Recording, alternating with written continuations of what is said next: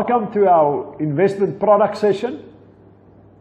So I know you're going to enjoy this session because this is where we break down a bit into the products, what kind of products we have, the different product lines, etc. So yes, basically we have two main lines, which is called the recovery solutions and on-sale solutions. Basically, every person who has got the potential to lose a home wants to keep their homes. And it's the same with what we experience in our applications. 90% of all property owners apply to keep their homes. As we know, obviously, all 90% will not be able to keep them. Even if we want to help them, we can't help people into the wrong thing. And then, like the Afrikaner guys are saying always, ons kan hom nie van die wal af van die sloot help nie, né? So we can't do that. We will only assist people that is really able to be assisted for a recovery product. Everybody else, we will provide solutions, and that's where it comes into being on-sale products. So actually helping them to get out more money on the end of the day, but still get some money out to start afresh. So the first product that we're going to spend time on is what we call our income and capital growth product, which is the recovery product, which is similar what you will compare to a normal buy-to-let, with obviously a few drastic changes to that. So first of all, the recovery investment product has got a few characteristics. One of them is will be property owners whose property can be purchased or leveraged to bring a solution to their current financial situation. So it needs to be able to assist the property owner. Secondly, the property owner who have consistent and stable income, have affordability to rent the property back and can recover within a 1 to 5 year period. So obviously if he's not able to recover, we can't assist such a client, as I previously mentioned already. Then the recovery investment product line also includes that the distressed property owner will sell the property. So I want you to make this very practical and see it in your mind. As the distressed owner now sells to you as the investor and and that property will then be your security. So you'll either take transfer of it, or it will be in some form be a security during the term of the investment. Secondly, the property investor will then take transfer, or it can be a recordal over the title, or a security bond over the property that will protect you during that time period. Which is very important. What is very important with that is actually the fact that that security will always cover your basic capital outlay plus the returns, and if it's a security bond, will normally include an additional 20% coverage for legal cost or if something should go wrong. Then previous owner also signs then a lease to rent that property from you as the property investor. The tenant will then be assisted to improve his credit score. That we have a specific department and team in the assist group, which is the recovery assist team, and they will manage that client up till the time that his credit score is fixed and he now qualifies to repurchase that property. We've also got a lot of power partners that we deal with and work with in that process that actually drive this process and give us monthly reports, those type of things. So that we can update you on how the improvement of that client's credit score is going. The tenant will then, the previous owner, then now tenant, will then repurchase the property from the investor at a predetermined return payable on transfer back into his own name.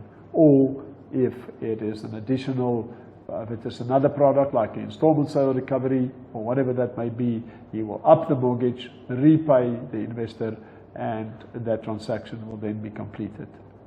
If it is a covering bond, then it will be paid out as soon as transfer takes place of that, cancellation takes place of that security bond. Now the next session, or part of the session, we're going to focus on the recovery product versus your current buy-to-let, because that's really what you have to compare. You have to compare apples with apples and see what is the advantage of the one and the other, what is disadvantages, which product would actually be the most beneficial for you to invest in. So if we look at this, we first look at the type of occupation. First, with your recovery product, you have an owner that occupies. So completely different mindset than a tenant who just is there to rent a place and is not looking after it in the same way. I don't think I have to spend much time to give that message through. Then the very important part here is on the recovery side. You have that predetermined prime plus net return plus that predetermined capital growth, which we spoke about.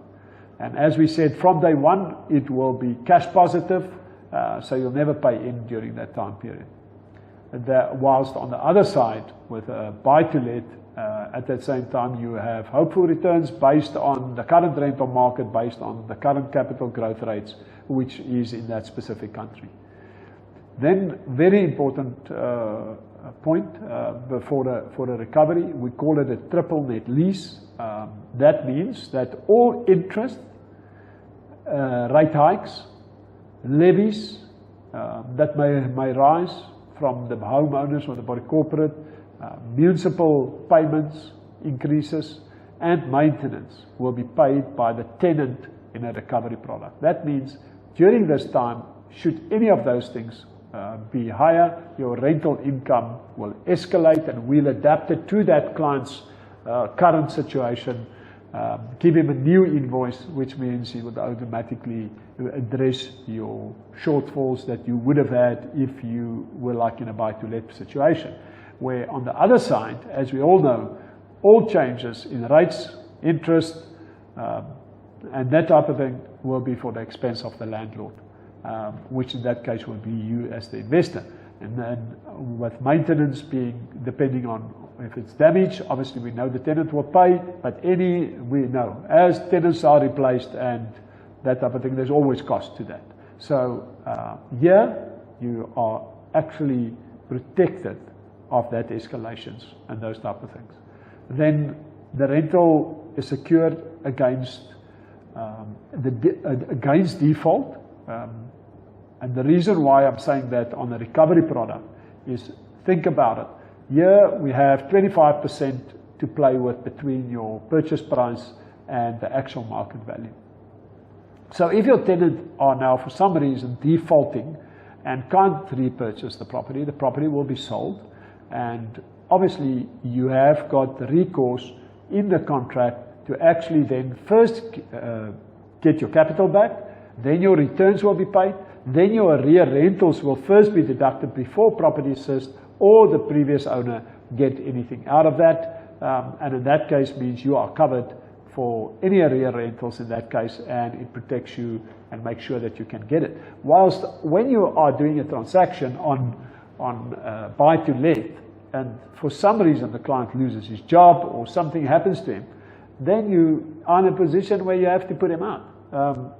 And most of the times, if it was a job loss or trauma or something, he may not be in the position to actually pay anything. And what is your recourse if there's no income? That means now you have to start taking furniture and various other things to try and recover your rentals and arrears. And which is on the other side is well protected with your 25% buffer. Then property rental and management by the Recovery Assist team are obviously inclusive in that net yield that you've seen of the 11% or the prime plus 1, whilst if you are purchasing a property, you still have to deduct the cost of appointing an agency to run that for you. Now, one of the biggest questions that most of our clients have, and that's why I'm addressing it up front, is how is it possible for a property owner that's now currently in distress, how is it possible that he can recover? Why hasn't he recovered in the time period or the situation that he was in? And there's lots of reasons for it. But I'm going to try and keep it simple. The basic of it is this. There's only so much that he can do when he's in that position. The bank's not allowed to give him money if he's overexposed in any way, if the credit score is not within certain ranges, all those type of things. That means that client have only got one way to go. And if I can use the example here, if we look at the slide, look at this slide and you tell me, would you, from your side, have assisted this client up front? Just run through it there and have a look at it. Current bond 510, maintenance 79, arrear rates and taxes 59, short-term debt 550,000. Now, if you look at that and with his net shortfall every month, which is 30,000 Rand a month, how will it be possible to help this? That is probably what most or 99% of everybody will say. The point is, this was an actual client and he was actually assisted. And how did we do that? Here is an example. The investor have purchased that property at 1.1 million, which means basically what we have done is we've gone back to the creditors, made them offers which we settled for less. We settled all the short-term debt, which basically means the only thing that was left over was the rental that he had to pay towards the investor. And on the end of the day, the market value then after 2 years when he repurchased that property is now 1.915. That is only at a capital growth rate of 5%. If it is more, then obviously will be the property values would have been more. We also included only the cost which we spent to increase the maintenance, to do the maintenance. We haven't actually added. If you spend 80,000 on maintenance, you would expect to have 120 or whatever value add. We haven't even included that. And then also very important, at that stage, when he repurchased the property, he only have to qualify for a mortgage of 1,280,000.